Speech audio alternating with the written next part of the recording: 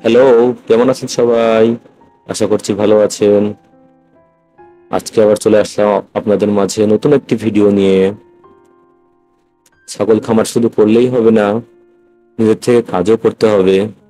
আজকে আমি আপনাদের দেখাবো কিভাবে আউশ ভুসি দিয়ে খড় মাখিয়ে ছাগলকে খাওয়াতে হয়। দেখুন, আমি ফার্স্টে আউশ নিয়েছি, তারপরে অল্প একটু পানি নিয়েছি। পানি নিয়ে আউশটাকে কিভাবে মেখো মেখো করে দিচ্ছি দেখুন। এভাবে হাত দিয়ে নাড়ে সুন্দর করে আউটটাকে একটু ভিজিয়ে নেবেন, সুন্দর মতো নরম করে নেবেন, না হলে ছাগলের খাইতে একটু অসুবিধা হবে।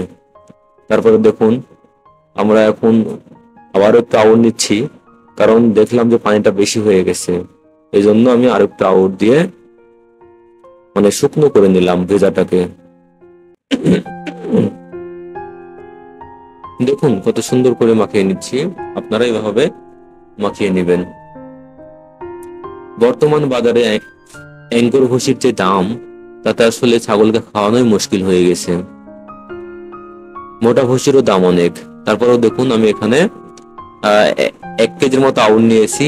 এবার এখানে মোটা ভুসি নিচ্ছি। দেখেন, আমি প্রায় 2 মগ মোটা ভুসি নিব। 1 মগ অলরেডি নিয়ে নিলাম, আরো 1 মগ দেখেন নিচ্ছি। এই যে 2 মগ, মানে প্রায় 1 কেজির একটু বেশি হয় 2 মগে। আমি 1 কেজির মতো ভুসি কিন্তু দিয়ে দিলাম।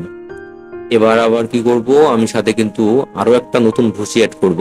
সেটা হলো অ্যাঙ্কার, যেটা আপনারা ডাব্লিউ ভুসি নামে চিনেন। এই অ্যাঙ্কারটা কিন্তু আমি এখন 1 মগ অ্যাড করে দেব। এই যে দেখুন, 1 মগ কিন্তু দিয়ে দিলাম। এখন এগুলা দিয়ে আমি আবার সুন্দরভাবে কি করব, হাত দিয়ে মাখিয়ে নিব, যাতে আউলের সাথে মানে খড়ের সাথে এক কথায় সুন্দরভাবে মিশে যায়।